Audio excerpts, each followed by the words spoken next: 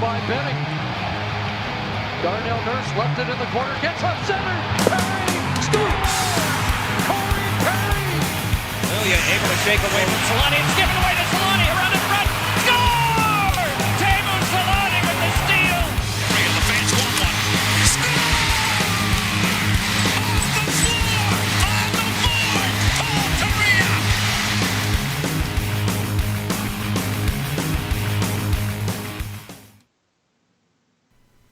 I'm so upset right now. I can't, off the top of my head, I can't think of Rocky Top. I was just gonna start trying to like sing Rocky Top. I left a little delay just in case. I appreciated that. You tried to help me out there, but I couldn't. I failed you. I'm sorry. That's all right. Hey, but you know what? We're back, and this would officially be the first episode of the season, right? Like I guess we can count the season preview as the first one, but this is the first in-season episode. We're 2 games into the regular season now. Our 2-0 predictions got absolutely hammered yesterday by the Islanders. Yeah, that didn't go the way we were hoping it would.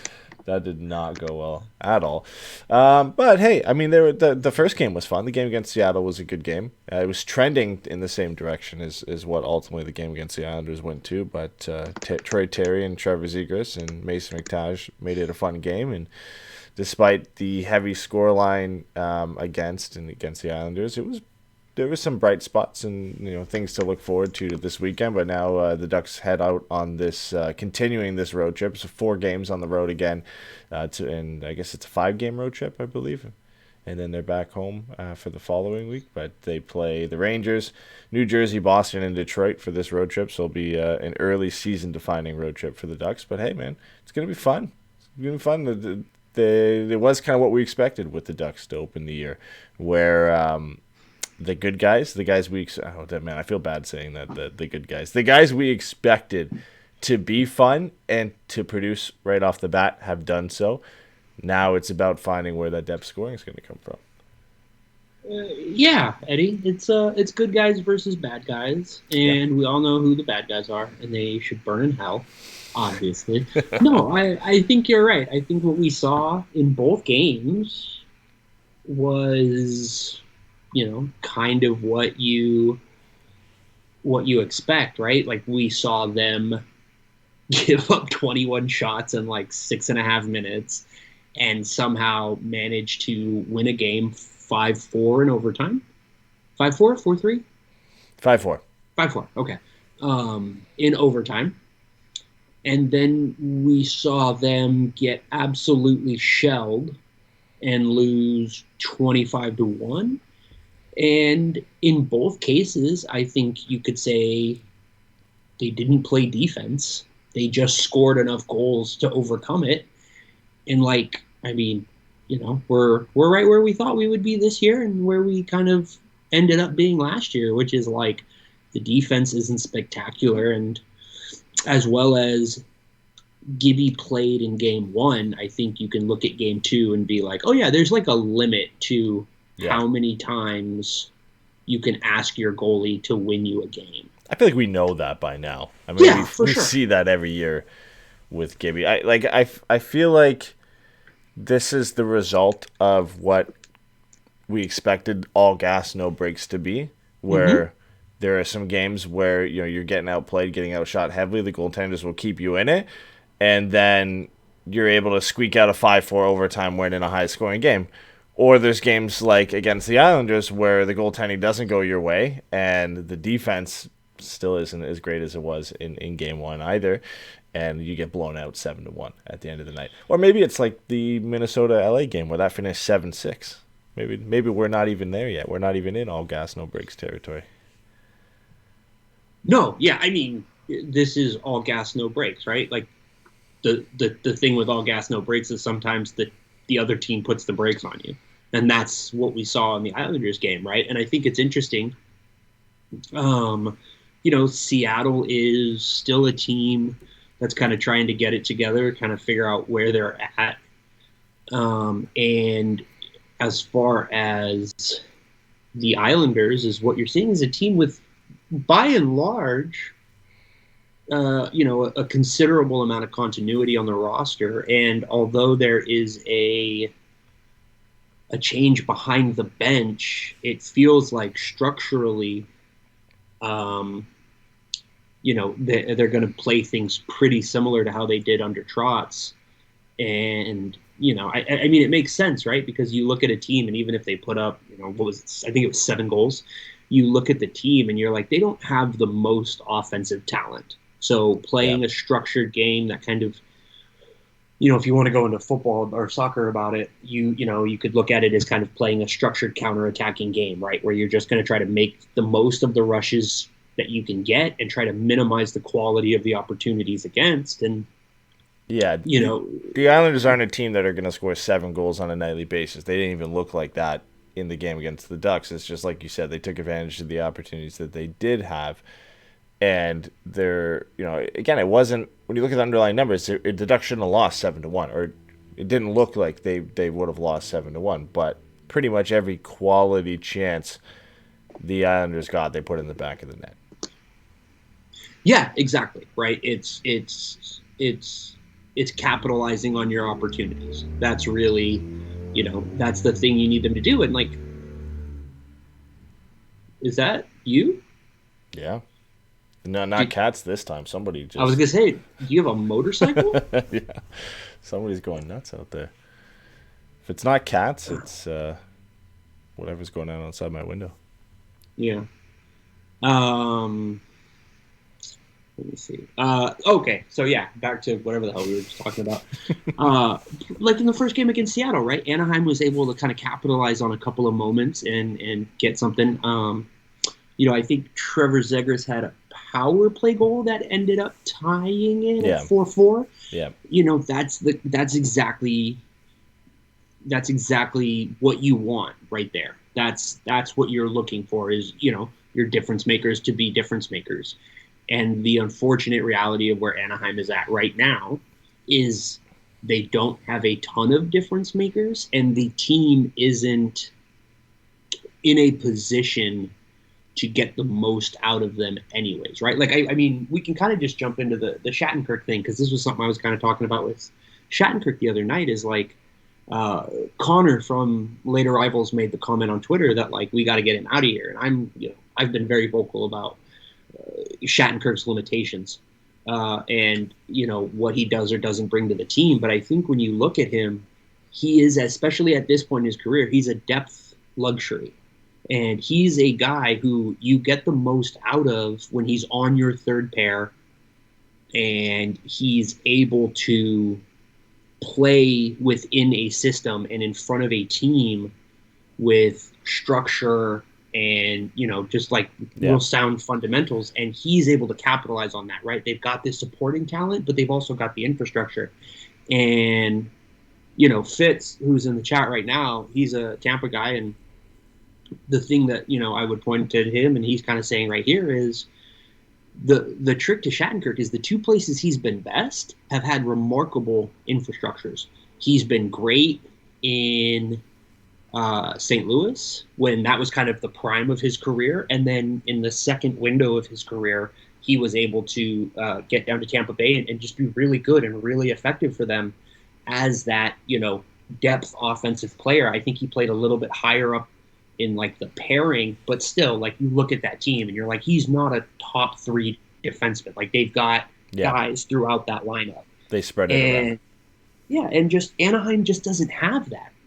You know what I mean? Anaheim isn't in a position to get the most out of him, so they're kind of unfortunately putting him in a position to fail because what he provides isn't really of all that value to Anaheim right now. Mm-hmm. And what he doesn't provide is what Anaheim needs, which is like kind of sound defensive structure in front of Gibby. Yeah, he's in the right spot for where he should be in a lineup as a third pairing defenseman. The problem is the Ducks don't have the system in place for him to succeed as that in this lineup. Like, they've got a lot of guys that can be primary or secondary puck moving offensive defensemen. They've got Cam Fowler, they've got now John Klingberg, they've got Jamie Drysdale, right? So Kevin Shattenkirk doesn't really even necessarily get to do that. He's a third option now. He's behind Klingberg, he's behind Drysdale as being that guy, so he doesn't even really get to fit in where it would normally work for him. And then there is no defensive structure in here for him to be able to go out and do that anyway when he is on the ice. He's stuck defending the majority of the time that he's out there. So it doesn't work. And I get it. I mean, when they brought him in, they hoped he'd have a little bit left in the tank to be that secondary offense guy, but the team kind of tailed off right when he was brought in, where he didn't really get the chance to be in a Ducks team that was good enough to be able to get the best out of him when he was there. And now obviously things are, with age, for him trending downwards, and he's just not in the right spot. So I think, I mean, this is probably the last year for Shattenkirk in a Ducks uniform. Whether Klingberg stays or goes, no matter what, this is the last year of his contract, I believe, right? So I would imagine at the end of the season, or it's at the deadline or something, there's kind of an amicable departure for both of them. He goes off to a better situation for himself, and the Ducks move on and get some assets in return for him. But listen, it is what it is at this point. The Ducks don't have many better options to put in there other than Kevin Shattenkirk right now. The ones that they do have that could fit what they need are maybe not ready yet. Drew Hellison would probably be the ideal candidate for, a shutdown, physical right-hand defenseman to slot in on that bottom pairing. But is he ready for the pro game yet? He's only played a handful of games in the American Hockey League, dating back to a few at the end of last season, and then the couple he's played at the beginning of this year. So him, Axel Anderson, you've got Benoit and Beaulieu.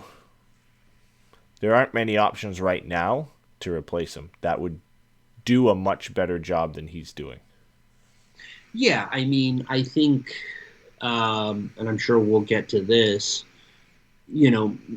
maybe you can talk yourself into being like, it would be a Benoit Mahura third pair, and that kind of, Mahura at least has a little bit more offense to his game and a little bit more of the skill dynamic that maybe playing him on his offside you're less concerned about. But obviously with Mahura gone, that there's nobody there. And so, I don't think it would be the worst idea to put out a Benoit, Bellew, Benoit, I want to say Vakanainen, but that's not the name I'm looking for right now. But Kulikov, thank you. Well, no, because he's up. I just think if you want to take Shattenkirk out, I don't think the worst thing in the world would be going a double defensive left-handed third pair. I think there are Benoit and Beaulieu, and then Colton White is the other one I think you're thinking of, right? Yeah, exactly, yeah. Colton White. I don't think either of those is necessarily a huge issue. I think, there's something there that it would be. It can't get much worse. Fine. It can't get worse, right? And you lose the offensive dynamic, but you add a little bit more beef in front of the net kind of stuff, which really is what you need from a third pair right now where Anaheim is at. You just need guys that you can put out there, and they're not going to get completely run out. Mm-hmm. Hopefully Shattenkirk is able to find his footing. I think we saw kind of at the beginning of last year that he did pop a little bit early on, and he was able to find some success on the second power play unit and even at 5-on-5 because he had been slid down from being up on the first pair with Fowler the year before. So, yeah, he's still a useful player. The problem is just he's just a player that doesn't fit in Anaheim right now, and it just looks worse for everybody involved because the fit is so poor. Yeah. I mean, if the Ducks can get anything, I think they will. I think he'll be a player that because they'll get a second for him at least. Yeah, they'll get something for him, and he'll get to go to a team where he fits what they're looking to do right now and where I think his skill set is utilized properly. And again, this isn't a negative towards Dallas Eakins or the Ducks coaching staff. It's just like he just doesn't fit what they need right now, unfortunately. And whether you get a second or a third, as Gio and you kind of put, at this point, anything is kind of found money for the Ducks to go out and get some assets for these guys. The real question mark is, Klingberg is the first piece you decide on, I think, right? Because of what you could potentially get for this guy. Does that weigh into the decision though? Of can you move on from Klingberg and Shattenkirk and then? Yes, you absolutely can. I'm sorry. I don't mean to be rude, but I don't think Shattenkirk has any bearing on Klingberg, right? Because the question with Klingberg is this team going to be in a position to extend him before the deadline like, are we going to see these players taking a big step forward? Yeah. And if they are, then you have to move Shattenkirk, because at that point you're like, okay, we need to try to get something, because the guy that we thought we were going to use to get some assets is actually going to stick around, which is great for us because that means we're ahead of schedule, whatever. But even if you're not there and you're like, we have to move on from Klingberg, Shattenkirk's best suited by moving. You know what I mean? Again, like, we've just been sitting here talking about, like, with Shattenkirk, the thing with him is he's not in a position to be successful. So I think, as far as the situation with Shattenkirk is the moment, like, because here, let's be very clear. Shattenkirk hasn't been great. He hasn't quite been able to provide the dynamic Anaheim was hoping he would. But he has been very professional. He seems like a genuinely good guy. Yeah. And he's a legitimate veteran. He has earned the right to be put in a position to succeed. So I think when you find a situation that makes sense for Anaheim and makes sense for him, whether it's November or, 11:59 on the trade deadline, you make the move.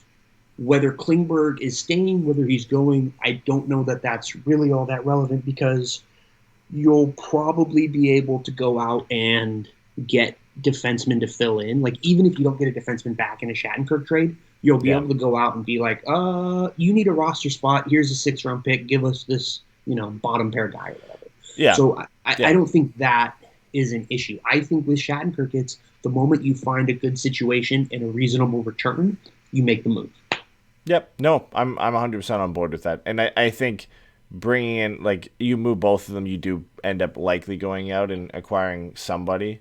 Again, it doesn't have to be anybody that's going to be a suitable replacement, just somebody that's an NHL player that can fill the roster spot, just in the sense that the Ducks don't have anybody right now. Maybe that changes come the trade deadline or whenever that the move theoretically happens. They don't have anybody right now that they can comfortably slot in there without kind of harming their development with a lot of the younger guys that they have down there. They've moved on from a lot of the veteran defensemen they had down in San Diego, so there really isn't a logical option to come up. So, I mean, you can run Nathan Beaulieu, Simon Benoit, Colton White, and move on from Klingberg and Shattenkirk, but it leaves you kind of slim in the depth part. So I do think they would have to go out and acquire somebody if you're going to trade both of them out, just to have enough depth in that position to finish off the last 20 or 25 games of the regular season. But you don't think there's something to... You have Hellison, you have Kulikov, like, you have... unless... Because, look, I'm not against moving out basically everybody, right? Like, moving Kulikov, moving Shattenkirk, moving Klingberg. I have no problem with that. And at that point, then you have to start being like, okay, is Ulevy a guy we're comfortable bringing up? Is Beaulieu a guy that we are comfortable playing 15 minutes a night or whatever it ends up being? Like, I think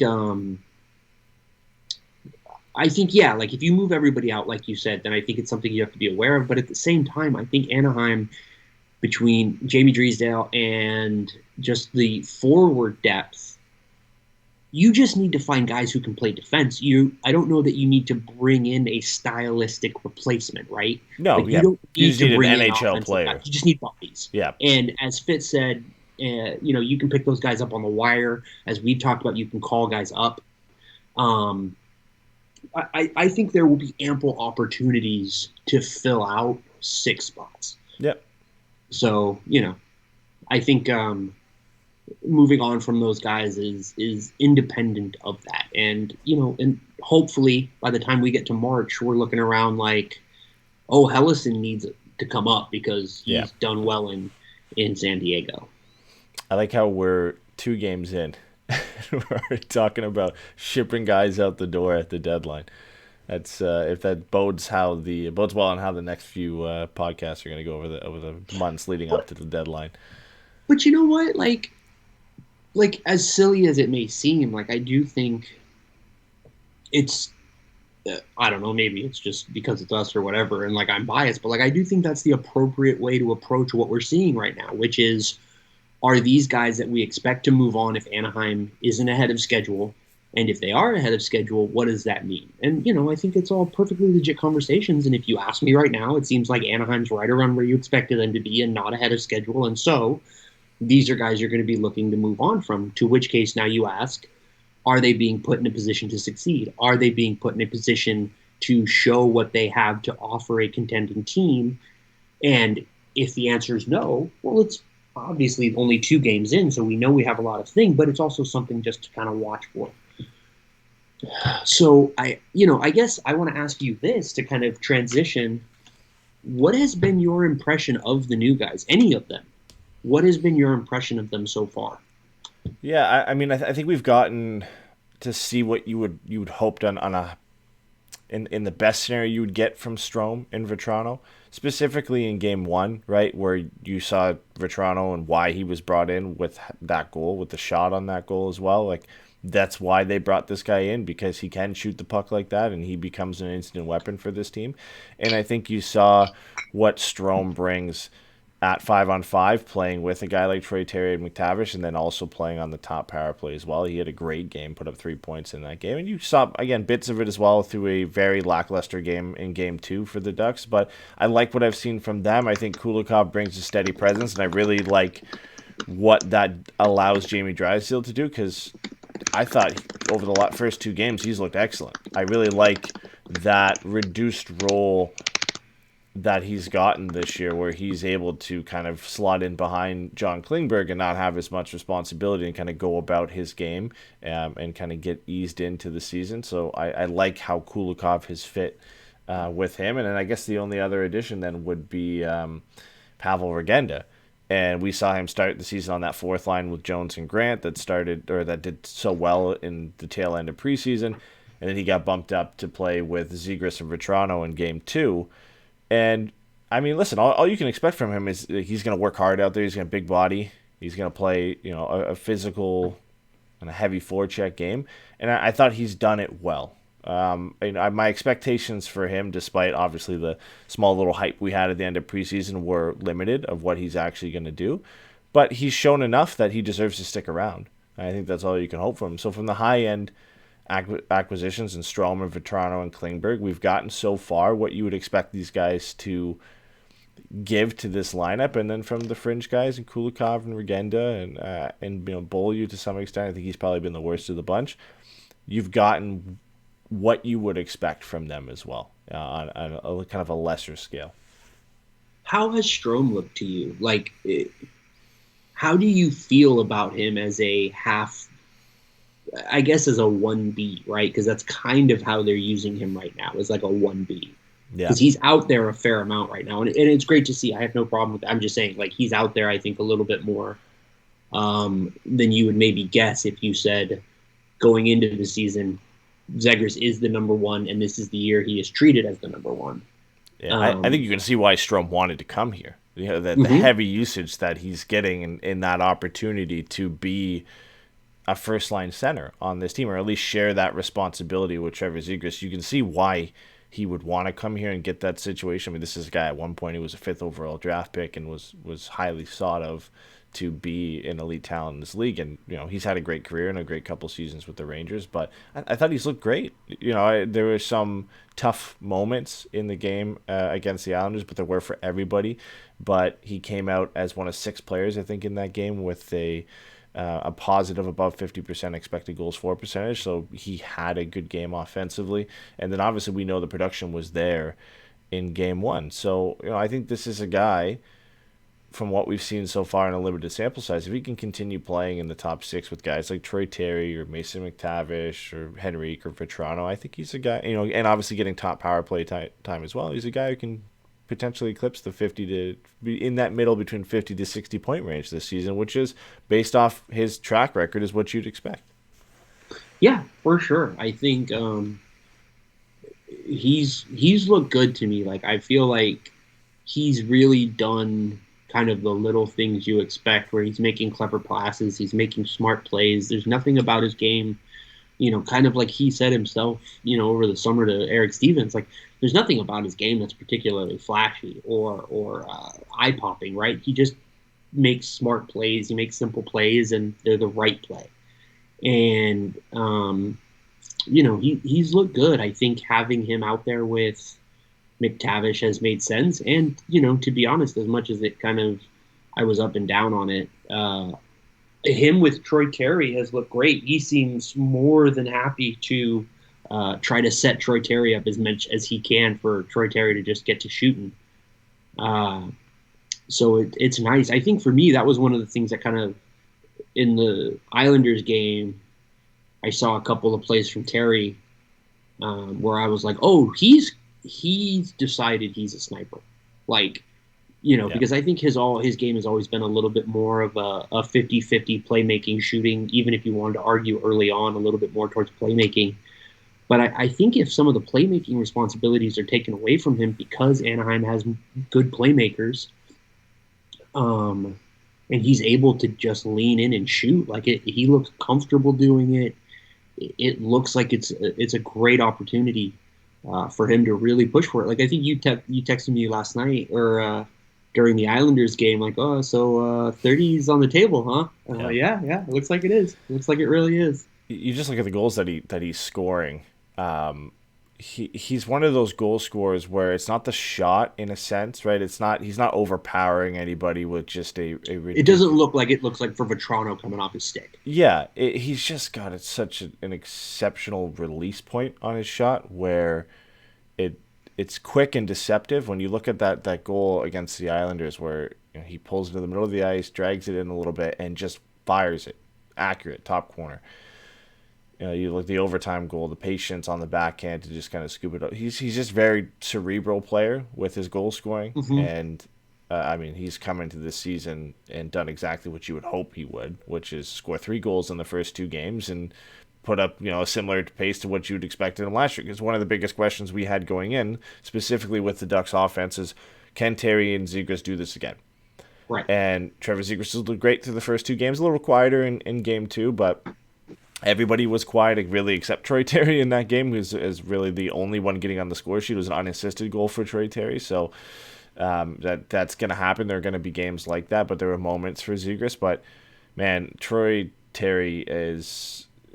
Yeah, you want to go with the meme. Troy Terry is very good. Like he's exceptional, and he's come out with everything that made him such a great player last year, like attacking triangles, quick kind of turns into the middle of the ice to get good shooting angles, being a good playmaker, just smart plays from him pretty much every time he has the puck on his stick, and it's worked out for him. And I don't see him slowing down at any point because he's going to be put in this opportunity. He's either going to be playing with Ryan Strome or Trevor Zegras.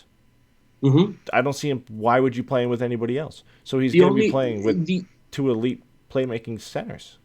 Right. I think you can argue there is one other player you could reasonably play him with as his center, and that's not going to happen for probably 40 games minimum. And that's McTavish. Yeah.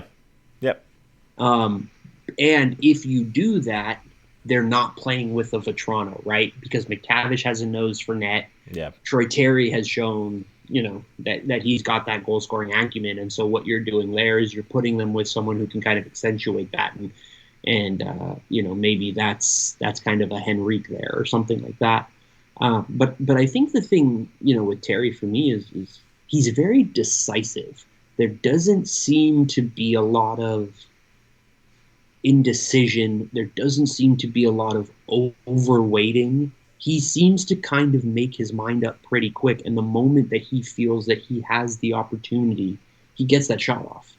And I think between being an accurate shot and being a decisive shooter, I think that gives him, a really, really nice dynamic where, if you watch that goal he scored in overtime, it's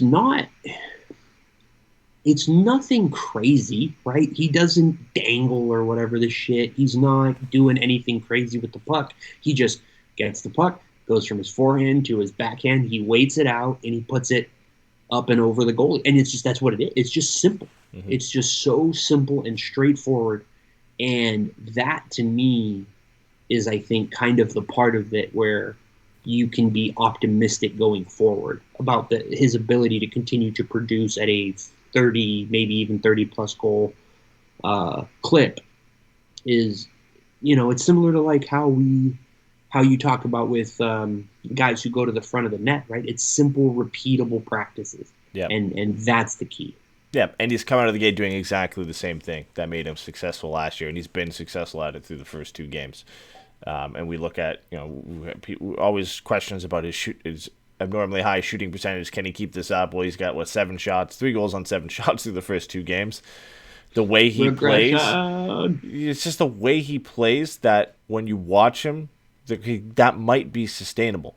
Because he picks and chooses his opportunities. He's not a high-volume shooter. He doesn't just throw the puck on net. When he takes a shot, and it sounds dumb to say this because everybody takes a shot expecting to score, but it's a high-percentage play for him. He takes the shot when it's the right moment for him to take that shot. Otherwise, he's peeling around. He's looking for the pass. Like he's like you said, he's very decisive in times his shooting at the right moment.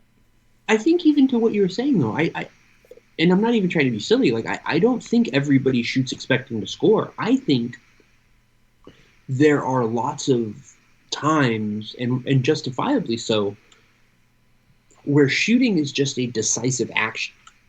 Excuse me, I'm so sorry. Where shooting is a definite action that you can take. Getting a shot on net. So, you know what I mean? Like, so you're just like, I'm going to get this on. If I get lucky, maybe it hits a stick, maybe it hits a body, maybe the goalie leaves a bad rebound, but like, it's not necessarily to score.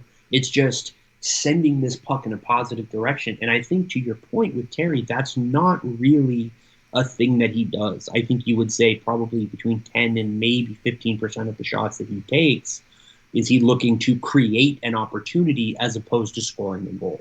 Mm-hmm. And so, like you're saying, that seems repeatable. Is his decision-making process is about optimizing chances, not just making, rational plays, right? Because I don't think you're ever going to get upset for somebody for getting it on net, right? Even if, Frank Petrano's ripping them from half tank, like, yeah. It's still like, look, I mean, it's better that than sending it the other direction. So, I think with Terry, when he's shooting, it is with the intention of scoring in a way that I do think is fair to say not everybody is. Yep. And, I mean, listen, there's something to be said about there was line changes between Game 1 and Game 2. The only line that stayed together was McTavish, Strome, and Terry. And I think when you look at their production in Game 1, they led the Ducks to that victory. McTavish looked exceptional in that game. I think you had to give him a lot of credit for the way he played. 2 very, very instinctive, quick decision, creative passes for him to set up Troy Terry and then set up Ryan Strome, I believe it was, on the second goal, right? So he's been full value for that top left wing spot. And, there was questions on whether he was going to start on the wing or start at center. And ultimately, I think we both kind of decided that with the way the Ducks are built right now, if you want to get him into the top 6, he's going to have to play on the wing. And you can make that decision down the road. This looks like a guy that is not going to go back down to junior hockey. Like, we expected that was probably going to be the case. There was no point I watched him over the first 2 games where I thought, yeah, he's not ready. And he just looks like he's been here for the last 5 years. It's unbelievable to watch where he's come from, the rise he's had since being drafted 3rd overall to now in his first full season playing top line wing with Ryan Strome and Troy Terry and not looking out of place. I mean, look, you could have very easily kept him up last season, and even if he didn't look this good, he was looking competent and confident enough that it wouldn't have been a silly decision. I don't think anybody would have been like, what the fuck are you doing? Yeah. And what we're seeing now is the benefit of him having been gone down and just having a year where he's one of the 5 best players, like junior players in the world. You know what I mean? Like, he really he had a year where he just completely dominated international under-20 hockey. And that's just awesome. And like, yeah, I think it makes a lot of sense for him on the wing. I don't think it's an issue. I think, given the way that he plays, it makes perfect sense to put him with a playmaker like Ryan Strome and a more. I always feel bad when I say this because I don't mean it pejoratively, but it has become pejorative. But a more perimeter player in Troy Terry, and so I think. He's in a great position right now to succeed, and he's being given opportunities to make the most of it, and I think that's great because, this is something I keep coming back to. Pat Verbeek said over the summer, even really before the draft, I want these guys to dominate at every level before they come up. McTavish did that. He fucking dominated, and he has earned the right to now step into a meaningful NHL role, and so. He has, kind of taken that by the reins and is really going for it and pushing for it. And he's engaged, he's active. There's no part of it where you're concerned about anything other than just, I don't know, like exhaustion of his first full pro year. Yeah. You know what I mean? Like, he's clearly ready physically. He clearly has a high skill level.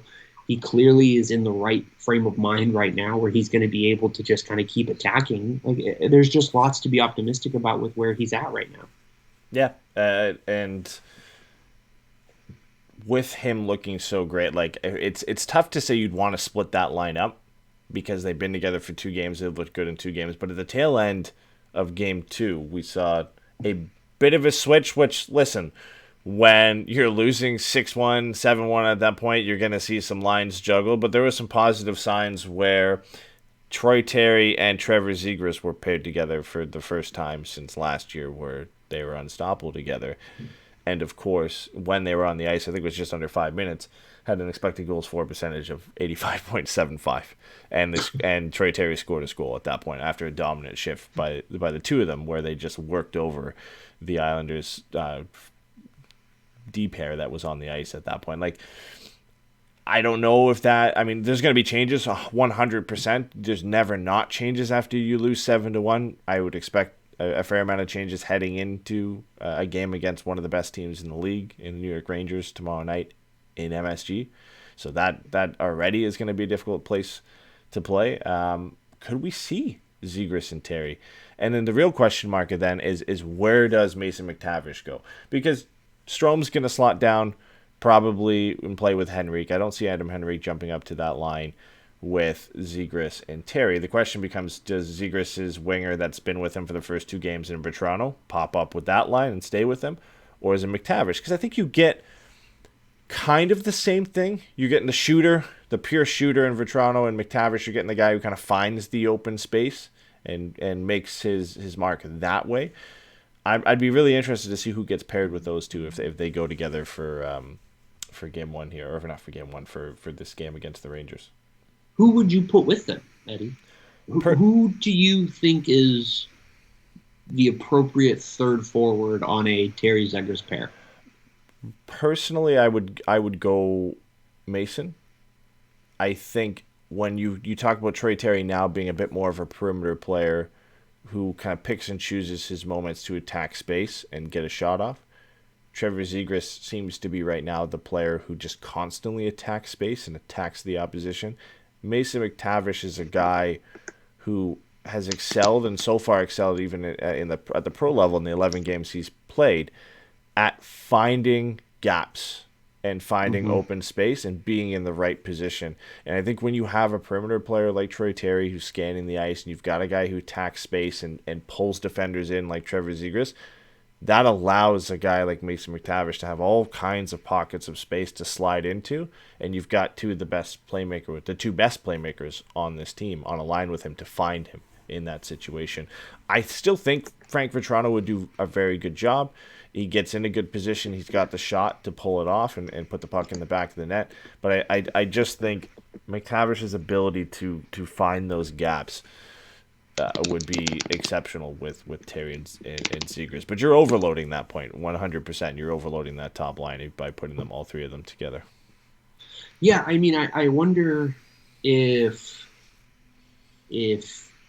putting Regenda up on that line and having it be McTavish, Strome, Vetrano makes the most sense.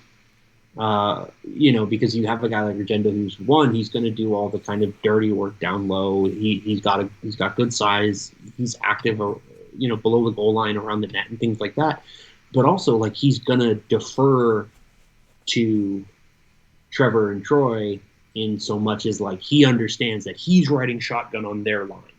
And so his job is to not get in their way and to make their lives easier. And I think, especially for a young player that's so hungry and is when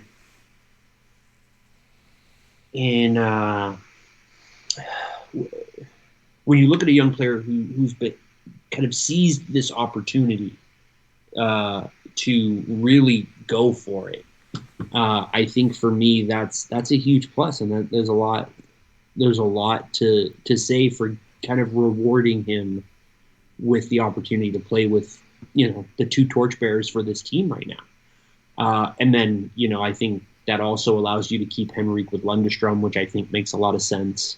Yep. And, then it just becomes about, like, is it, what is it at that point? Comtois, Vetrano, Strome, I guess, maybe is your second line at that point? Yep. Here's a question I wanted to ask you, actually. Now, since we're just kind of talking about the lineup in a certain way. Do you think Grant and Jones is cemented as the fourth line foundation? I think for now, because I don't see any of obviously McTavish, Strome, Terry, Henrik, Zegras, Vetrano going down to the fourth line. Isaac Lundestrom, they seem to have him cemented as the third line center. I don't see him moving out of the center position, and I don't see Derek Grant getting promoted to third line center. So then that's locked there. So then the only guys who could go down are Silverberg, who went down to the fourth line last game for Regenda hopping up to the second line, and Henrik jumping down to the third line, and Maxime Comtois. So I think that's the one there that I could see, is if Jones is going to come out, then Maxime Comtois is probably going to go down, or Regenda is going to go back down and play Grant, Regenda, Silverberg, and Max Jones gets given an opportunity. I don't think they are cemented on it, that Grant Jones, they love it and they're going to stick with it. I think obviously they would put together how they did for preseason, but I think moving Regenda off means I think Jones has just as much a chance to potentially move off in that line. He's another guy I could see if they wanted to throw him up on that top line with Zegras and Terry if they get put together to see what he could do. But again, you could make that case for Maxime Comtois as well as being a good fit for that line. Just any kind of big bodies who can find open space and crowd the front of the net, like they'll work with Trevor Zegras and Terry. Theoretically, it's what we've said for Getzlaf and Perry for how many years, and just put a guy who can get their stick on the ice and drive to the net, and they'll do well. So I don't think he's cemented there by any means, and he'd be a guy I think at some point I'd like to see go up in the lineup. And like, this is no criticism of Regenda, but I think if Regenda can get promoted to second line minutes, then I think Max Jones has done enough to get that opportunity at some point as well. Yeah, I think my brain just blanked on me. So that's what it was. I wanted to ask you about this. So we're kind of seeing it mentioned a little bit here by Luchador, and it's kind of been a thing that I've seen pop up a little bit, even just heading into the season, because a lot of the uncertainty around the lineup and where players are at. Do you see a situation where Jacob Silverberg finishes this year in San Diego? No.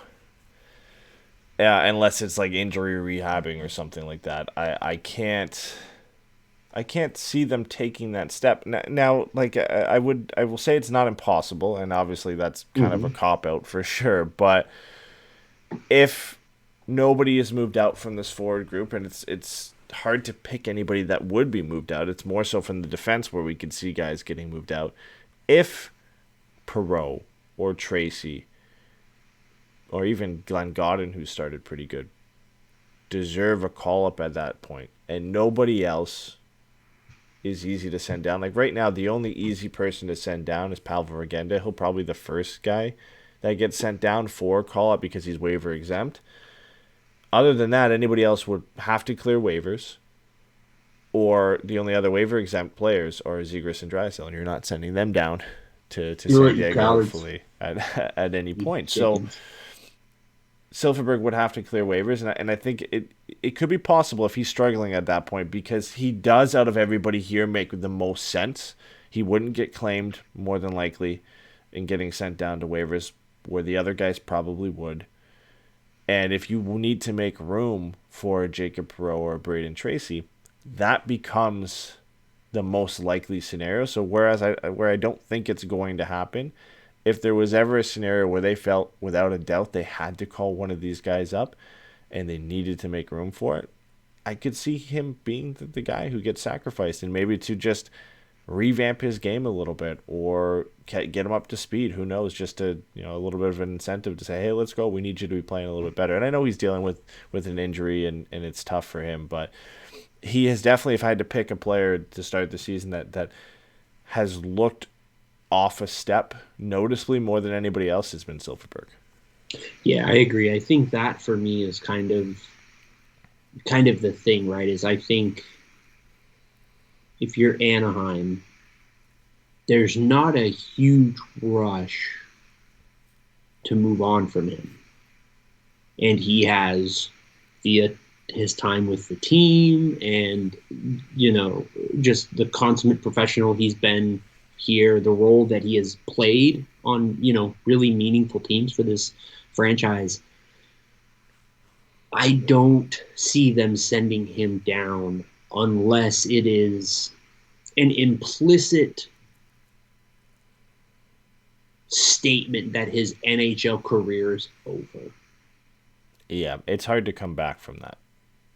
Just because I don't know, he's only got 1 year left. The cap hit is too high. I mean, it was easy to argue it was too high even when he was playing well and healthy. Yeah.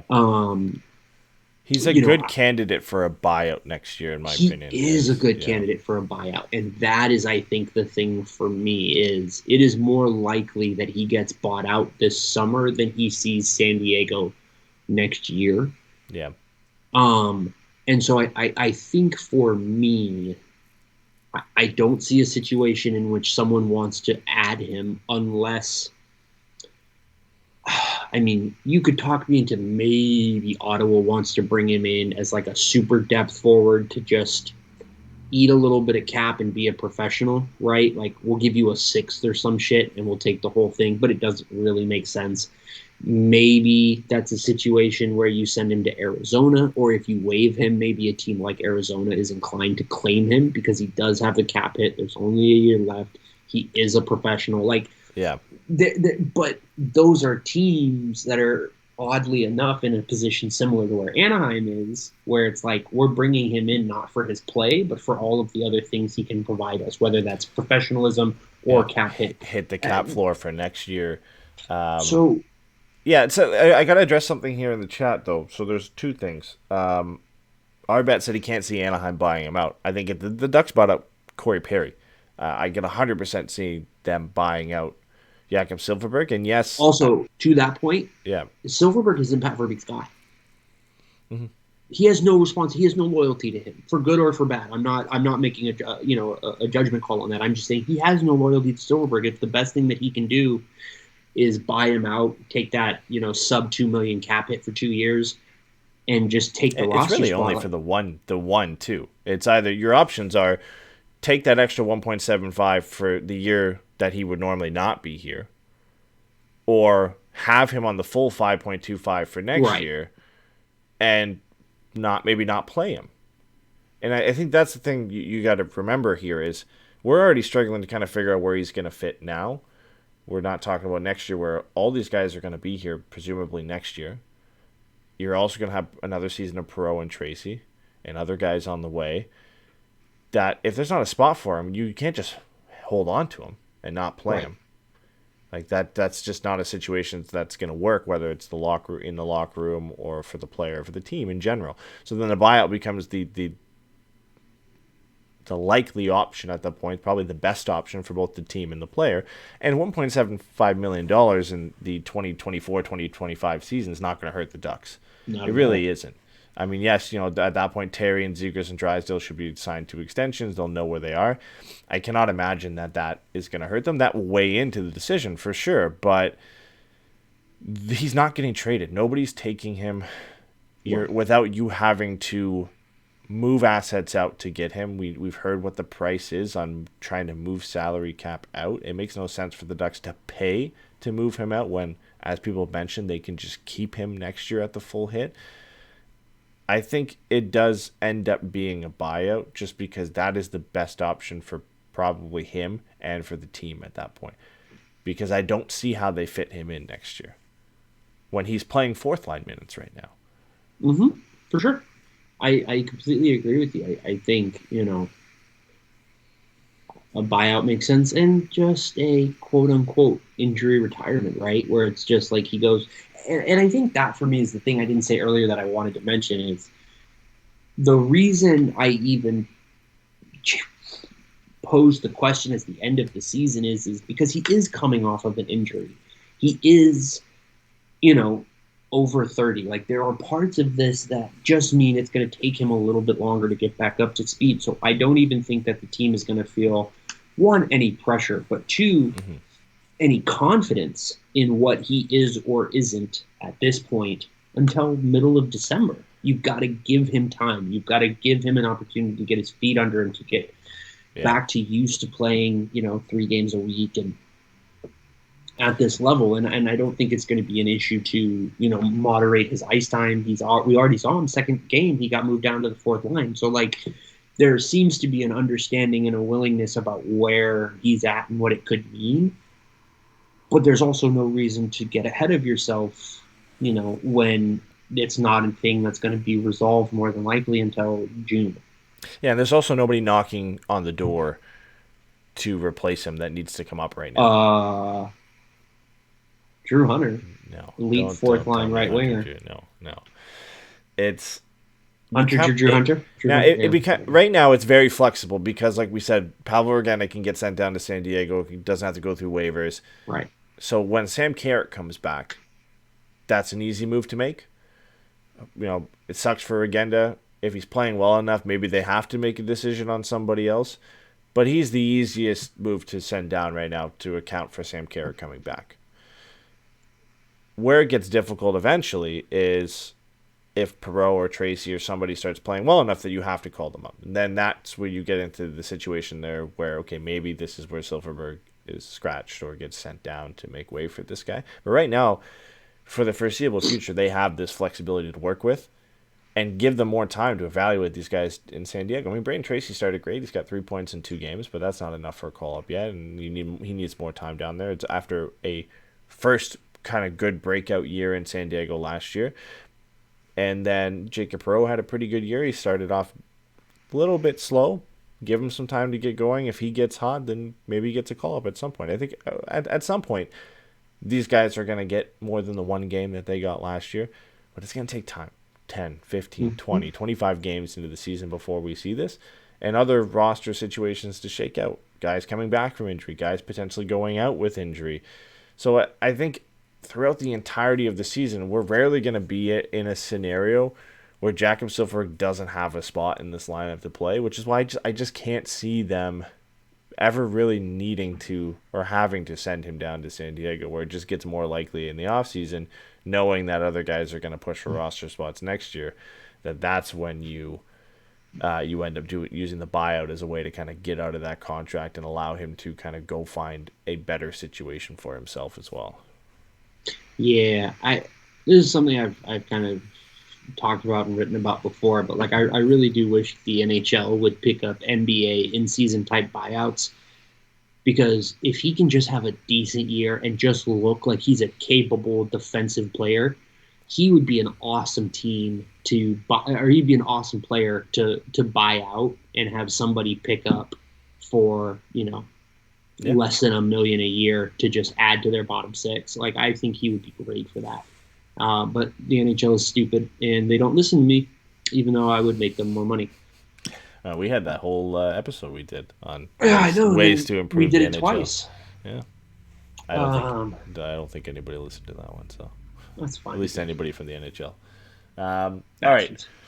right. I'm going to see if there's any other notes from the first two games before we kind of move on to some topics here. I think we covered McTavish looking excellent in his debut. John Klingberg looked really good on the power play in game one. I think I sent you a message during that game.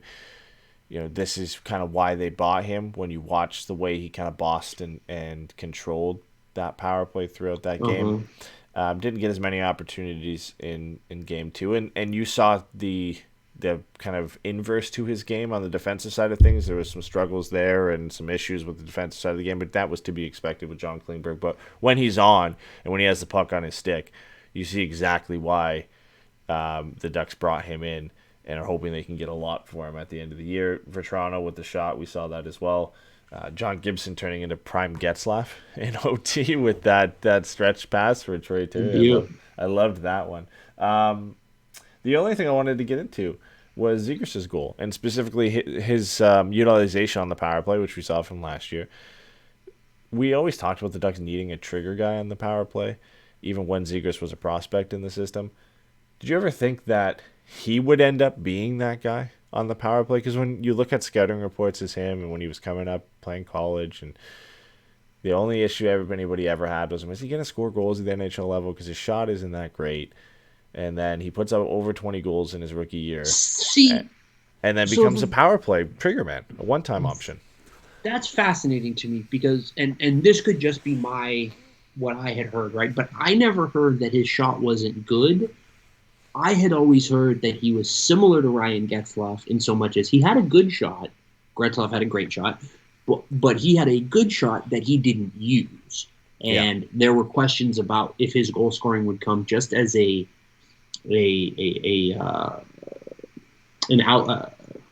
just hadn't seen it. It just wasn't utilized enough to analyze it as a skill set of his because it was always the playmaking and the creativity and everything else.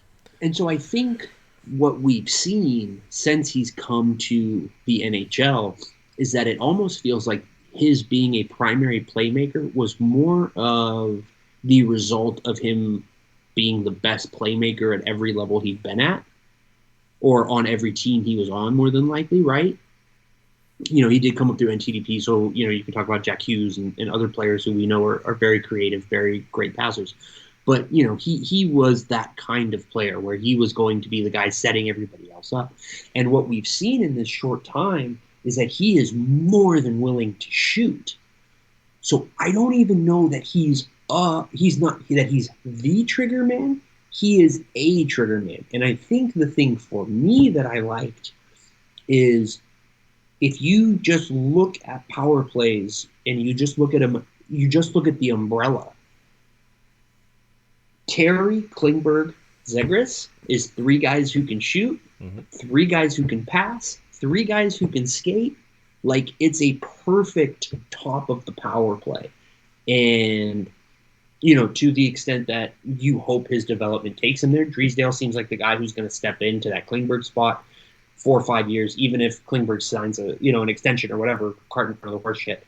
But you can see the way that that's going to progress. And as Luchador said, McTavish is the guy that you're like, he's the trigger man. Yeah. He is the guy that is going to be the one-time threat on that team.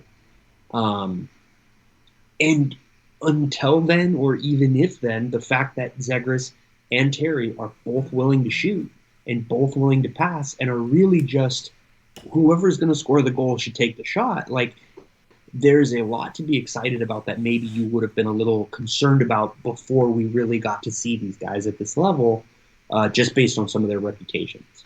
Yeah, and you can see, like, whether Klingberg signs an extension or not, Jamie Drysdale is going to take over that spot as well. Well, the good thing is he can skate, he can shoot, he's a playmaker, so that makes sense. He's fit. Troy Terry is going to be there. If Mason McTavish takes that half wall spot from Trevor Zegras. You can see Trevor Zegras doing what Ryan Strome does on the power play, which right now, which is kind of a bit of a roamer, and being, a kind of jumping into the middle and jumping wherever they're kind of needed on the ice, and then you can put somebody else as the behind the net guy, or even put Zegras behind the net as a puck distributor from behind the net and below the boards as well. So there's definitely spots where you could see him, and Zegras is one of those guys on the power play where you can put anywhere. And as we talked about earlier, is a guy who loves to attack players and attack space. He's a guy who will just kind of free roam on the power play and Right. pull defenders, find space, create opportunities for Troy Terry and for Jamie Drysdale and Mason McTavish on the power play. So it'll be interesting to see how that evolves over the season as Mason McTavish gets more comfortable. If he evolves into that role this year, or if that becomes kind of a further down the road thing. But I've just loved, Trevor Zegras as that guy on that spot, because it's gone from surprise the first few times he unleashed a one-timer from that spot to that you look for him now to be that guy that's going to take that shot. Man, give the kid credit. He puts everything into those one-timers. He winds up well above his head and just unloads on them. So I got to give him some credit. He game 1, he looked great. Was all over the place. Game 2, again, we've mentioned this 1,000 times now. Everybody kind of had an off game as it is when you lose 7-1, but he's doing all the things that you would expect from him, and a guy that's going to fight for a point per game pace throughout the entire season. Yeah, no, I mean, and again, I think this is the. I don't know. Maybe this is just me being fucking stupid, but it feels like this is kind of there's not a first time for that. So, but it feels like this is kind of the evolution of where we're headed, right, with hockey, which is it's less about guys with specific roles and more about guys with skill sets and creativity and a willingness to play high skill, aggressive, offensive hockey, right? You're always going to have guys like Cole Caulfield where you're just he shoots. That's what he does. He just scores fucking goals, and we love it. But the big step forward is building lineup of guys who can do both of it, and maybe they're elite at one more than the other, which obviously is fine and is natural. Nobody's elite at everything. But what you want is to create kind of an offensive ecosystem in which all of these guys are able to take advantage of the opportunities in front of them based on the way that they play. Yeah, it's less predictable at that point. Yeah, and to me, I felt really old man about this during the first game, but it was just kind of something that stuck out to me is Zegras came down the right side and he went to make that kind of Patrick Kane spinning, no look backhand pass across the slot. And I was watching him, and the pass ended up being, I think, 3 or 4 feet in front of the guy who was on the other side. I don't remember who it was. And my thought watching that was the next step in his evolution is where he holds it there. And he just makes a spin move, and he uses that spin to get more separation from the player who's defending him and drives to the net.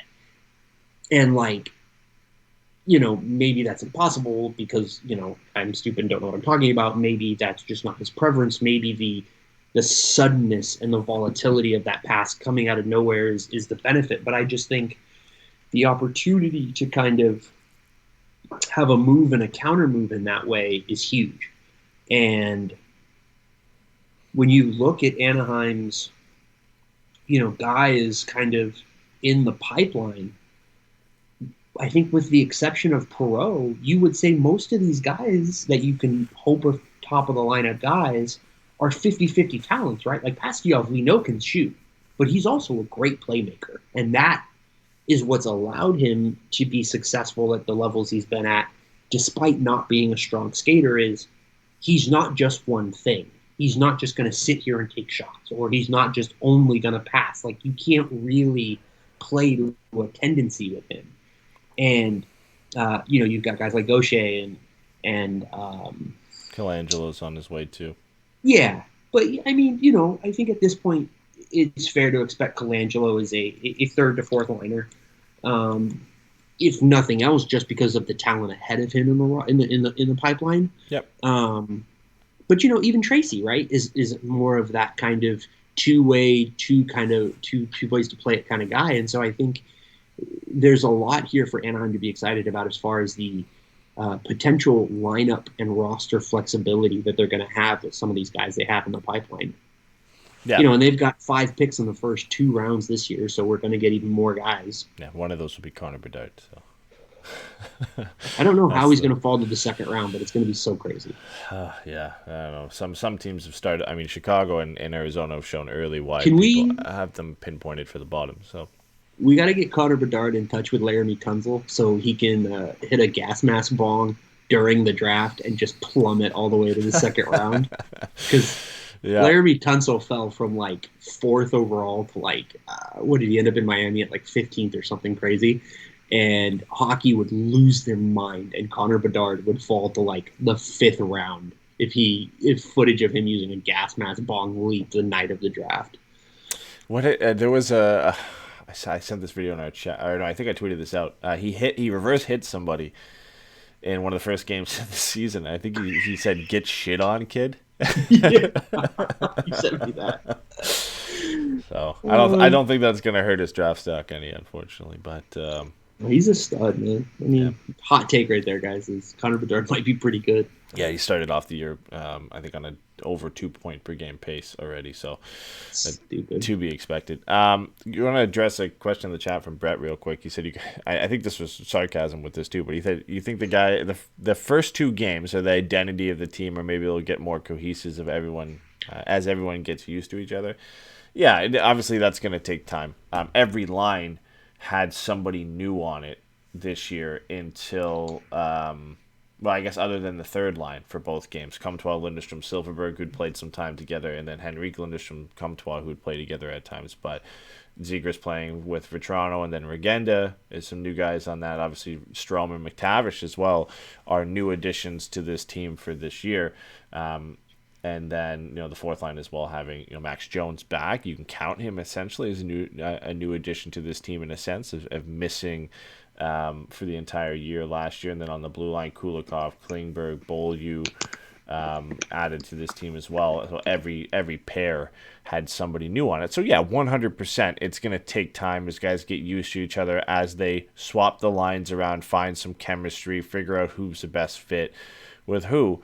So I do think it's a bit of both. I think you can get a glimpse of the identity of the team through the first 2 games, but of course things are going to change as players get used to the system, as guys get used to each other. So I do think that it is obviously a bit early to say this is what they are. But I do think I'm walking the line here, walking the fence, not trying to pick a side here, but there is more that's going to come as guys get used to each other and we start to kind of find the best fits. Whether we talked about it's Zegras playing with Terry, or if it's McTavish eventually coming to the middle of the ice, or if it's Strome playing with Vetrano and some familiarity from last year. How does that third line pan out? Because so far it hasn't looked that great. What does the fourth line evolve to, right? So I think it's going to take time, and then I think the defense pairs are going to stay the same for I don't really see them changing other than a few guys swapping in and out of that bottom pair left D. But it's going to take time for those guys to get used to each other. Fowler and Klingberg are going to need to take time to adjust. Kulikov and Drysdale are going to need to take time to get used to each other's game. So for sure, yeah, 100%. It's going to take time for these guys to get used to each other before we can get a clear identity of what this team is this year.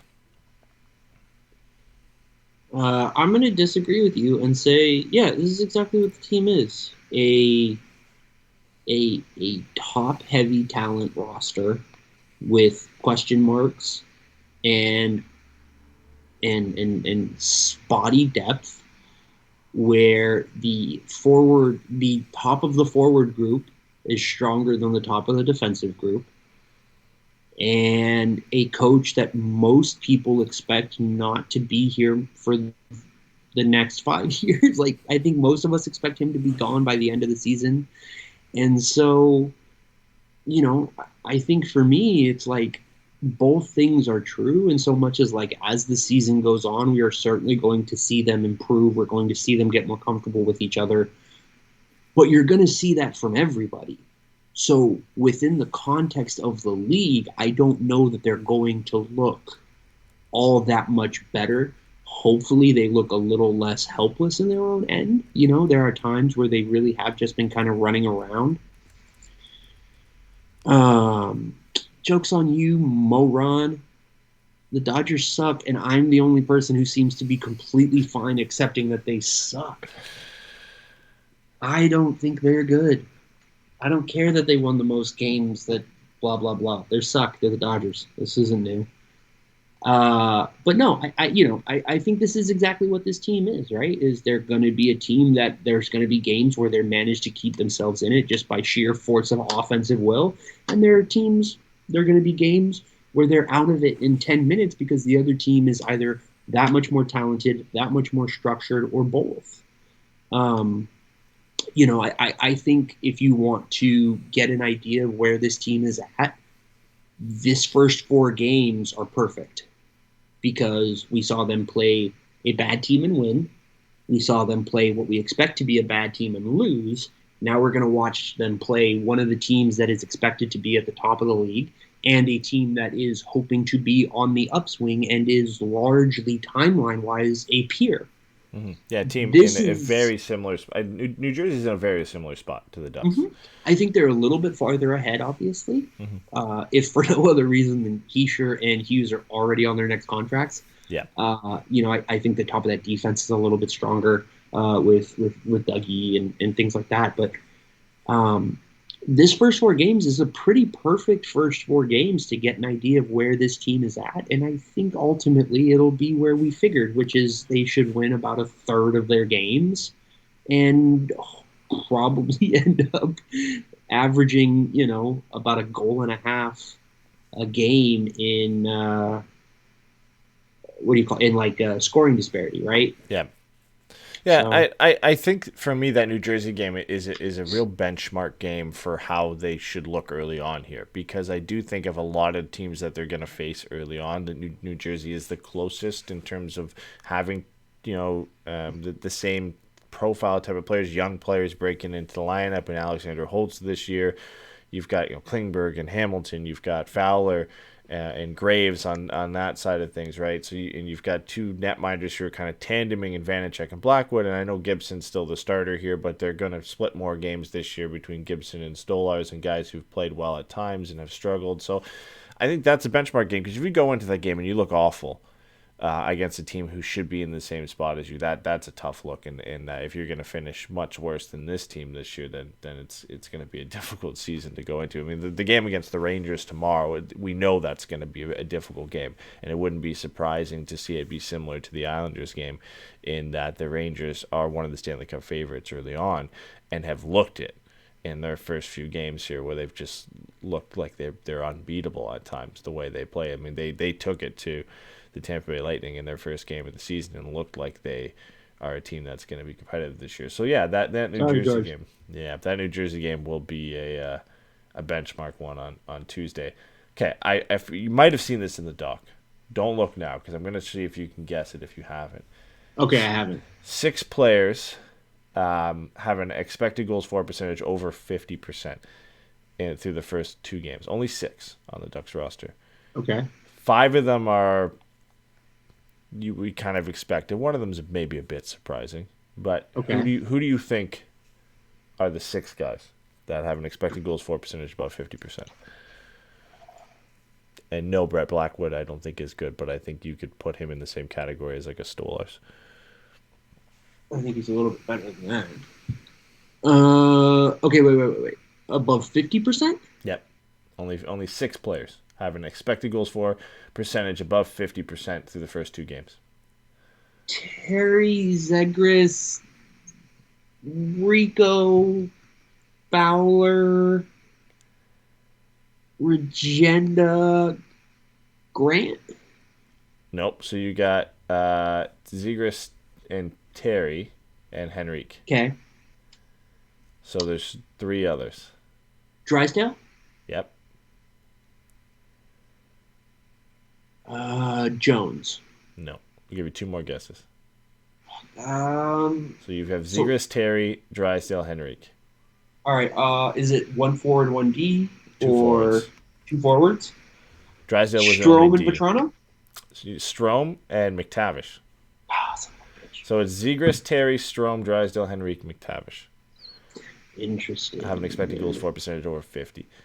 Drysdale was a surprising one for me, in a sense. He looks so fucking good, man. Yeah, he looks great. It has not been the most against the highest level of competition. Like, I'm not trying to get way out ahead of ourselves, but like, he's looked really good. He's been much more physically engaged than I remember. That absolutely carried over from the preseason. And he's just more assertive. Like, especially in his own end, he's just much more assertive and decisive. Like, he is not waiting. He is going to the play. And it's wonderful to see early on. Like, he's still a fucking, 5'11" offensive defenseman. But, like, at the end of the day, like, these are the kinds of showings that you want from him that are optimistic. He's looked really good. Gio asked, is that from Natural Stat Trick? It is. So Adam Henrique had a 58.69 expected goals for percentage. Mason McTavish is at 57.29. Trey Terry at 53. Trevor Zegras at 52.2. Ryan Strome at 52.1. Jamie Drysdale at 51.3. That's at 5-on-5 for the first two games. So after that, Kulikov, Fowler, Klingberg all at 48.8, 48.9. Lindstrom at 46.6, and then it kind of falls off there. Comtois, Vetrano, Regenda, and to the very bottom of the list is Nathan Beaulieu with a 3.69, but he played one game. Did you say 3.69? Yes, 3.69 expected goals for percentage. Yeah, it's he's been on the ice for 0.04 expected goals for. Beaulieu has. Wow. So that is very surprising. Not a great look from him, but yeah, I mean, listen, like those are six guys I guess you would expect. Maybe the one's not in there. Vetrano maybe a bit surprising because he's playing with Zegras, Cam Fowler, John Klingberg. But if one of them's not there, both of them are probably not going to be there, right? So, and Kulikov, dragged ahead a little bit, I think, from obviously Jamie Drysdale. But Kulikov has a higher expected goals against than Jamie Drysdale. They have the exact same expected goals for. So Drysdale, when not on the ice at 5-on-5, bumped that number. When not with Kulikov, he's bumped that number down a little bit, which is good to see from him. But yeah, I mean, we talked about this a little bit earlier too.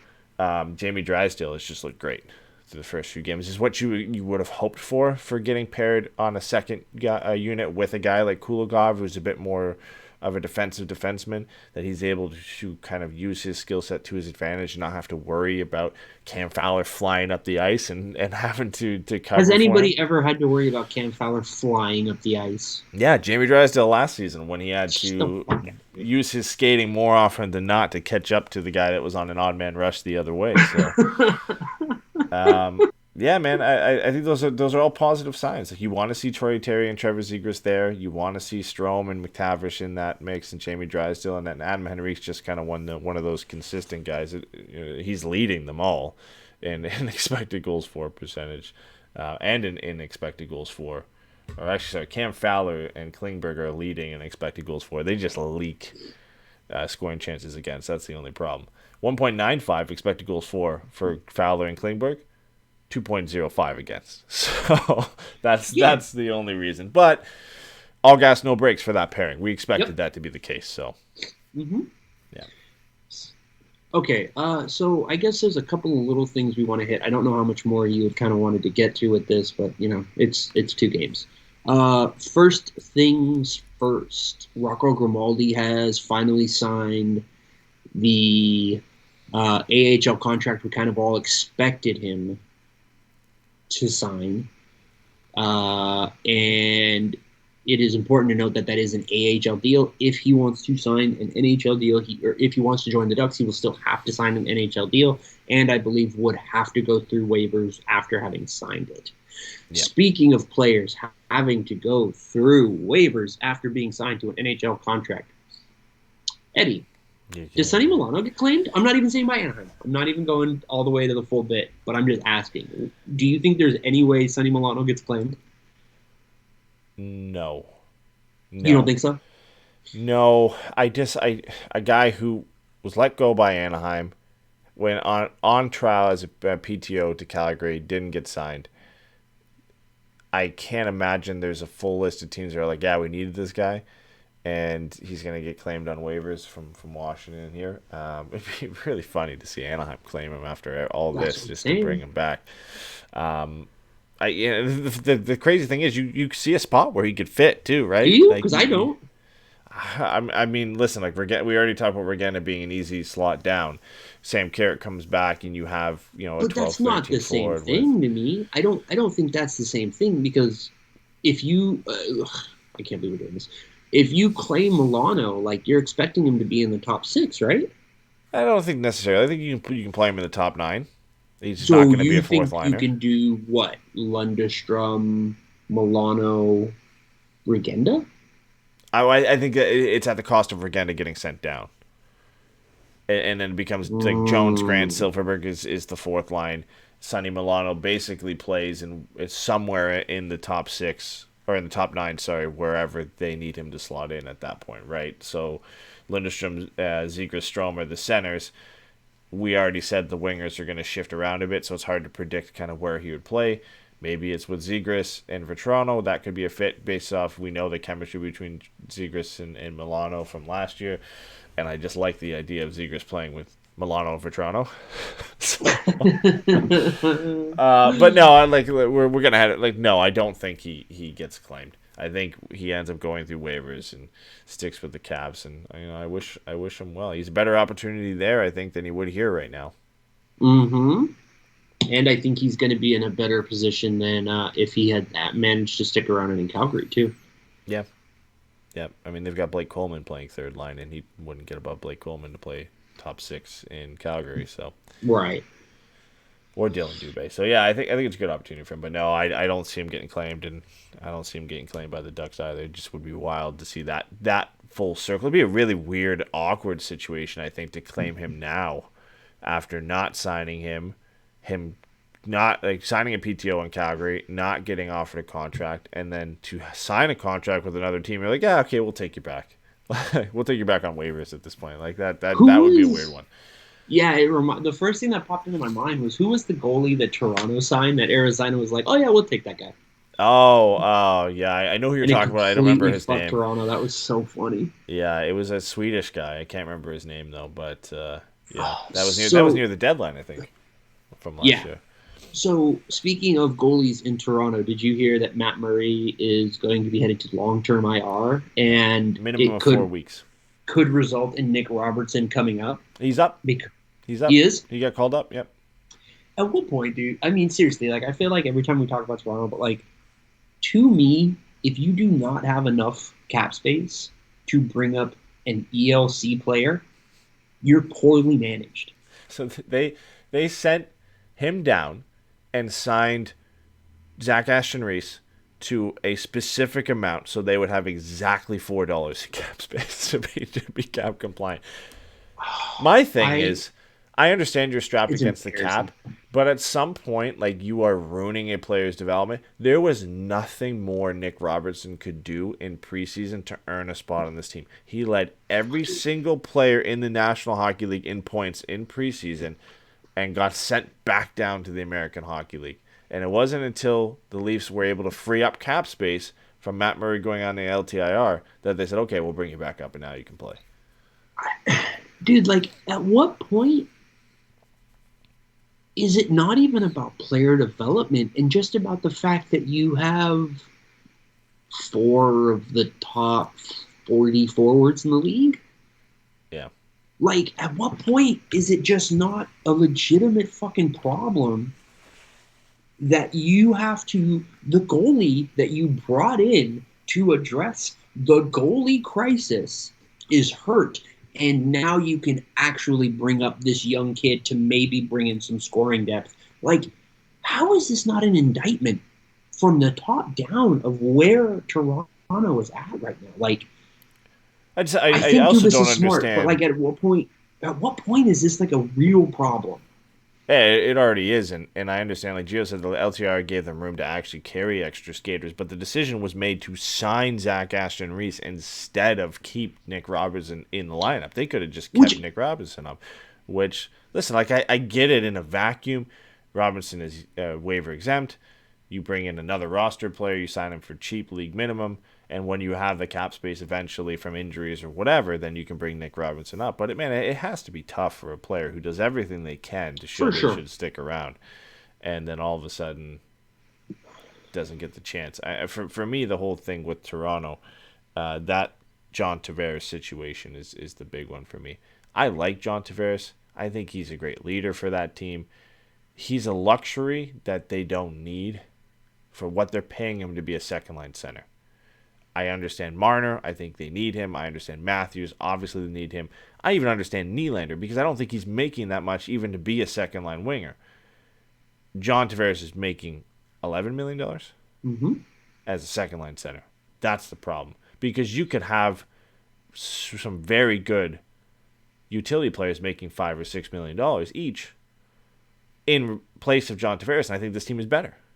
I think this team is better paying two guys 4.5, two guys 5 in place of John Tavares to spread out the depth a little bit. I think you could bring in a very good second line center that is a second liner 100% behind Austin Matthews, and this team is better to spread out the depth there.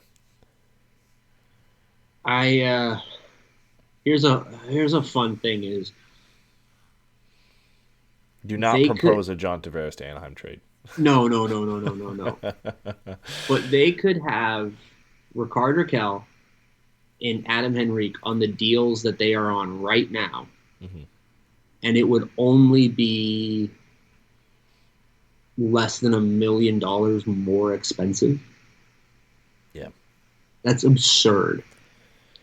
Yeah, it's ridiculous. I mean, listen, like Strome's getting paid what here? Five flat. 5 by 5. So you tell me they signed Strome, and I'm trying to think of a winger who signed for around 5.5 recently.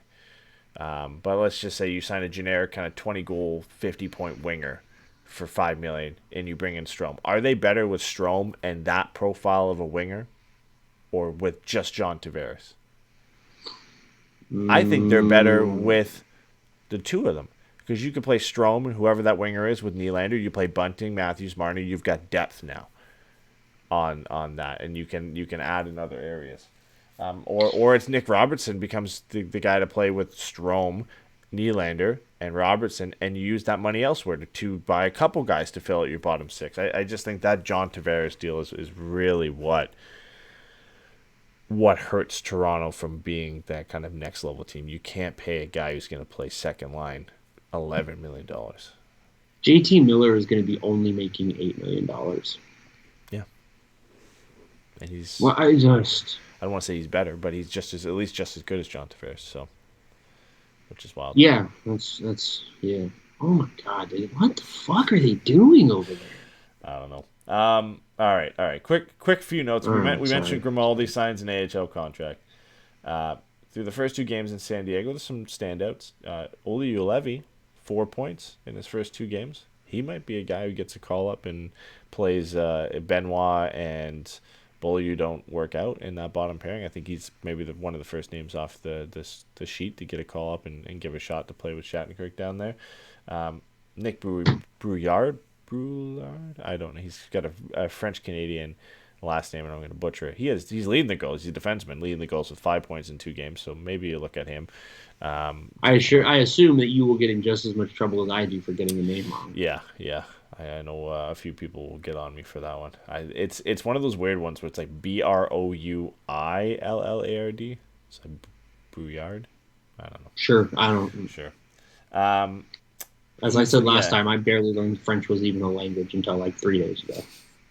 He leads the goals with 5 points in 2 games. Tracy has 3 points in 2 games, and Glenn Godden has 2 goals, 2 assists for 4 points in 2 games. So good starts for those guys. Some early returns from I think it was back-to-back games against the Reign to start the season for them. Pavel Mintyukov, we mentioned last show, was leading the entire Ontario Hockey League in points. He's had 1 game since. He put up 1 assist, so he's got 13 points in his first 5 or 6 games to start the season. Unbelievable start from him. Zellweger started a bit slow, but in his 3rd game, he showed exactly why he should have been the CHL Defenseman of the Year last year. He had a hat trick, his first WHL hat trick, and 4 points in that 3rd game. I sent this to you. I don't know if that's changed now. I know he plays tonight, I think. In his first 3 games, he had 25 shots on goal. 10 shots in the first game, 5 in the second, 10 in the third. So 2 10-shot games. Like, that's when you start to realize, like, as a defenseman, like, this guy is just way too good for that league. He's getting that much space to put up 10 shots a game. Like, I don't understand. Like, it's absurd. It's absurd number. That's absurd. That's an absurd number.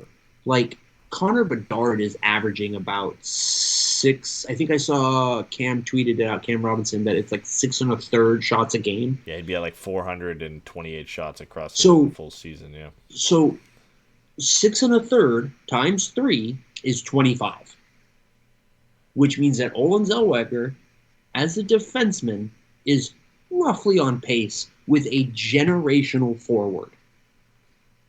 That is not to say that he's going to blah, blah, blah, blah, blah, get ahead of ourselves. What I'm saying is much like you said, he has tons of time and space right now down there to get his shot off, to pick his spots, and to affect the game. It should be a very, very fun year in Anaheim from a, did you see what that prospect just did? Like, we should be able to play that game all year. And if nothing else, our boy Galimov is going to give us 4 or 5 more great gifts this year of him just making some 35-year-old Russian dude look like an idiot, which is the best. But did you know his production means he's not good enough to make the NHL? I heard about that. Yeah, I heard he sucks. Yeah. Okay, so there's an update on Zellweger. He now has 37 shots through the first 6 games. So he's averaging 6.16 shots per game. So he tailed it down a little bit. He had 4 shots, 3 shots, and then 5 shots tonight. And he's got 4 goals and 9 points through the first 6 games. 37 shots on goal. So unbelievable. We like I've mentioned it a few times to you since the start of the season, like the fact that this blue line is going to add Pavel Mintyukov and Olen Zellweger to it, to Jamie Drysdale, is ridiculous. It's going to be unbelievable. Yeah. Speaking of future defensemen, Noah Warren was sent back down to the QMJHL to play with his BFF Tristan. Mm-hmm. He's rehabbing a foot injury after surgery. I thought it was interesting that he was kept up to stay rehabbing. I thought that was very interesting. I think they've done this before. I can't remember the last prospect they did it with, but because of the services, it's not the right word, available to him, the medical staff available to him, it made more sense for him to get the treatment and for the Ducks to handle that than to send him back down to the QMJHL and deal with it there. So yeah, they handled the crappy socialist medicine Canada boy. They handled the bulk of his rehab and his surgery and sent him back down to finish it off there and hopefully play soon for Gatineau with Luneau. So I can't remember the last prospect they did this for, but I know they've done it in the past where we've seen this, where a guy sticks around a little bit longer. I think they did it with Larson when he broke his leg, didn't they? Might have been, yeah. There's a few times that I've noticed this happen, and it makes sense. I mean, listen, he's going to get better treatment and better care. Yeah, better care here. So, and like you said, it's kind of nice to be able to look at the blue line pipeline, the defensive prospects Anaheim has, and be able to see that there are different guys to fill different roles, right? Like Noah Warren and Tristan Luneau are both defensive-minded types, but Tristan Luneau is more of a positional, transitional, right-handed player, whereas Noah Warren is your more traditional, big, him defensive, and physical. Kind of two right-handed shutdown guys. Yeah, and it. As much as we spent a bunch of time on this pod talking about how structurally and talent-wise inept that this defense is at the moment, it makes a lot of sense because that's kind of how the forward group felt a few years ago, and now we're like, oh, look at all these young forwards we have. Like, so it's just part of that process, and it's nice to know that while this year and maybe even next year it might get a little rough at times as far as the team's ability to keep pucks out of their own net. The future is very bright, and that's really exciting. And we never want to assume all of these guys are going to hit, and I think that's really what's so exciting is most of these guys won't hit. Unfortunately, that's just the way that it goes. But there is enough talent and enough guys that the ones that do hit should be pretty solid, should be meaningful NHL players for this team. We're starting to see that with the Kings right now. Who? Where some of their guys are hitting. Kaliev, Velarde, Byfield is getting going now at least. And then you've got guys who haven't yet and might not. And guys like Turcotte and Fagemo is still down in in the AHL. So they've had some guys hit. Brant Clark's on the way, but yeah, I mean you're starting to see that he's process. in the game. He's playing. Yeah, he's not. I don't think he spends the entire year there. That's the thing. So, but you're starting to see that the injection of these young players, and some of them are hitting and gelling right away, and some of them aren't, and that's what you're going to see. I think with the Ducks as things move forward, and a lot of these young guys start making their way. The thing you need, and where maybe I think Kings fans will be a bit concerned, is you need the big ones to hit. McTavish. I don't know if I'd throw Zellweger into that because he was a second round pick, but you need Mintyukov, you need McTavish, you need those guys, the top end draft picks, you need them to hit. Okay, now I'm gonna make you make a choice here. Which do you think is more important to the long-term success of Anaheim as a franchise? Gaucher hitting or Zellweger hitting? Zellweger. Yeah? Yeah. I like Nathan Gaucher. Still don't think that's how you say it. If he hits... There's not a T in the fucking word. If he hits his ceiling, which is a reliable third-line center, like he's a guy you can get elsewhere. It's great to have that in-house and not have to go out and overpay for it somewhere else. But right now, the ceiling for Zellweger is the sky's the limit at this point of him being potentially, a top-pairing defenseman because of the trajectory he's been on. That's more important to hitting than Gaucher becoming a third line center, because I think you could say, okay, Groot could be that, or trying to think of why have all of our centers disappeared from our pipeline, but it's more important to have the top line, top end quality guys in your system hit than Gaucher. But listen, I'd love to see him.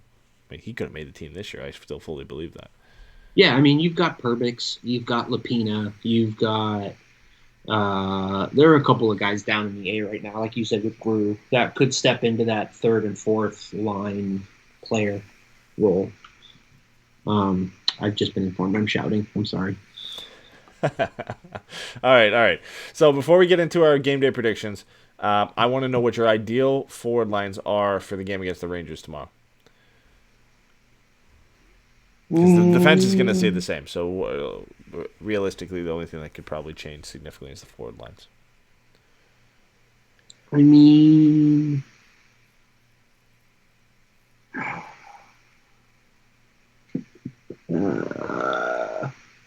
I feel like McTavish, Strome, Terry works.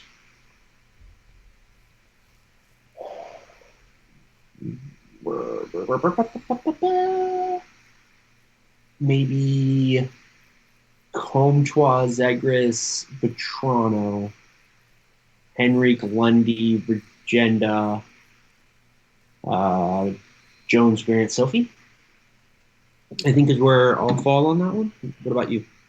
I think we see Zegras, McTavish, Terry, Strome, Vetrano, Henrik. You think we get my ideal top six? Yeah. I don't think we're going to get it. I'm not going to be optimistic about that, but I hope you're right. I think we then see Lindstrom, Comtois, Jones, Grant, Silverberg, Regenda. That's what I'm I'm going with. That's fascinating. That would be my ideal top 6 as well, but that's maybe not what I think we see in a sense, but that would be my ideal lines. Sure. All right.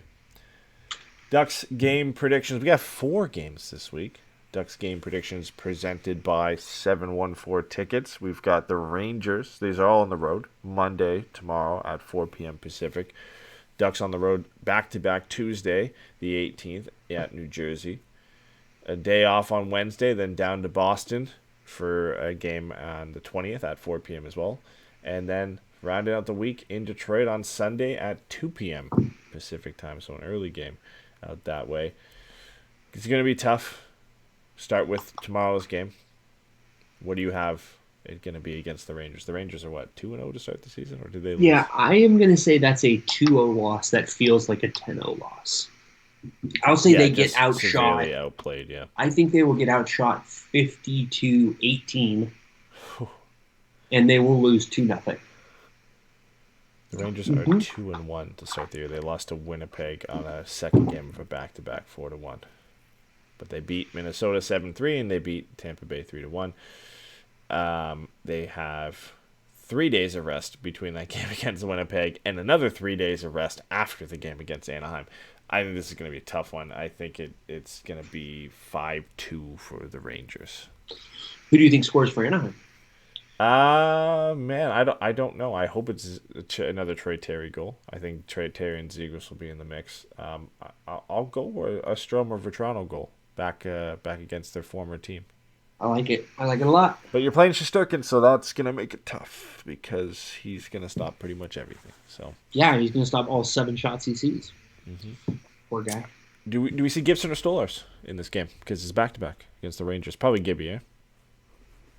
I honestly almost wonder if we see Stolarz start both games. Both? Mm-hmm. On a back-to-back? Mm-hmm. And then Gibby gets 3 in a row coming out of the week. I could see the tough start for Gibby in the last game, and obviously starting the first game, that maybe we get a Stolarz against the Rangers. I think it'd be tough to see, unless Stolarz gets pulled, or unless he's unbelievable, like a second start the next night after that. But I could see Stolarz tomorrow. I'll say I see Stolarz against the Rangers. All right, New Jersey, Tuesday night, the second of a back-to-back. How do you have it going? 4-3 shootout loss. 4-3 shootout loss. Okay. Hischer's officially back now. He missed the first game of the season, but he played his first game the other night. The Devils are looking for their first win, and I think the next game for them is Anaheim. They lost 5-2 to Philly and 5-2 to Detroit, so not a great start for them. Vanacek and Blackwood both played in each of those games and didn't look good, so I'm going to go with Ducks win. I'm going to say 3-1 win for Anaheim in New Jersey. Bounce back from a tough loss against the Rangers. All right, Boston on Thursday. Boston started the season 2-0 with a 5-2 win against Washington and a 6-3 win against Arizona. However, this will also be Boston's third game of the week. They play Florida Monday, Ottawa Tuesday, and then Anaheim on Thursday. 2-1 overtime loss. Okay. I'm going for a boring 1-0 loss to the Blues. You're braver than me. I wanted to go 1-0 overtime loss. I couldn't do it. I just feel like it's going to be one of those games, man. I can totally see it, man. Even though the Bruins have scored a ton of goals to start the year and allowed a ton of goals, I just feel like it's going to be one of those rounding out games for both these teams where it's just going to be a boring game. And we finish off in Detroit. Stevie Y's Detroit started 2-0 to start the year.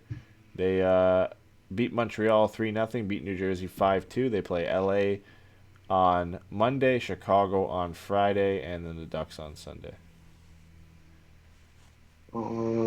Very weird one. Home against LA, on the road against Chicago, home against Anaheim. So I'll say,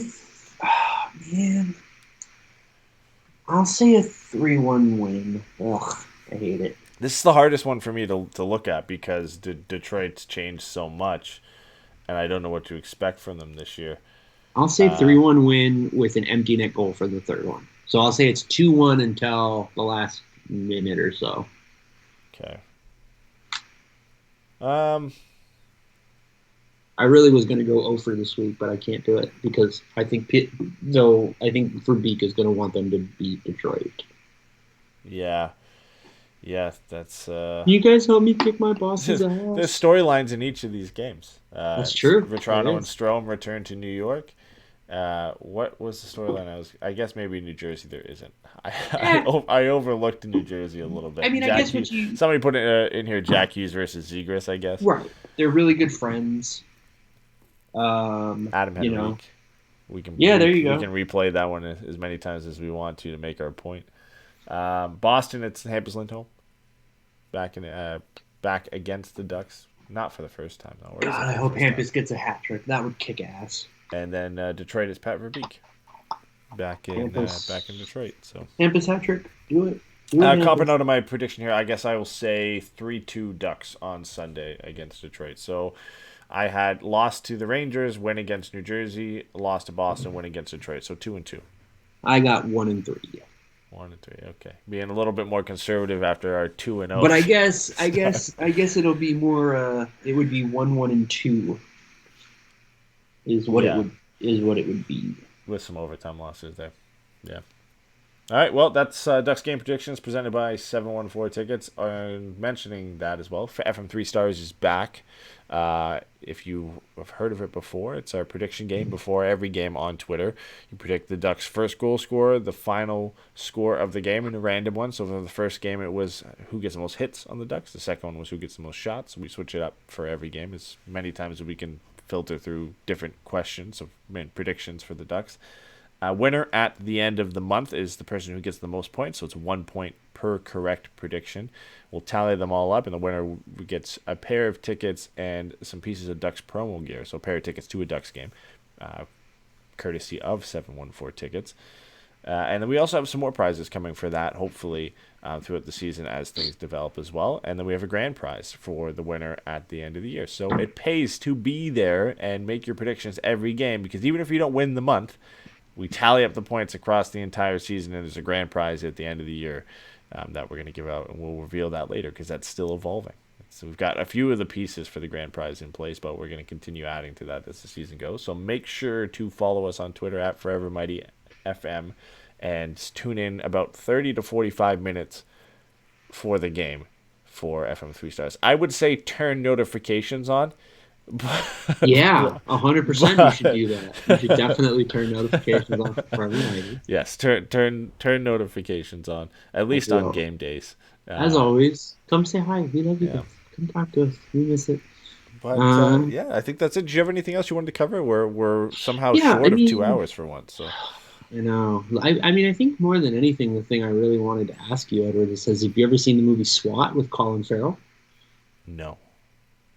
This podcast is over. It's the best movie in the world. 90% of the time, you could ask me if I've seen a movie, and the answer is no. And then if I say yes, I will never be able to repeat a line from the movie, even if I've seen it. Oh, I don't care about that part. SWAT is such a... I mean, it's not a good movie, but I love it so much. It's so wonderful.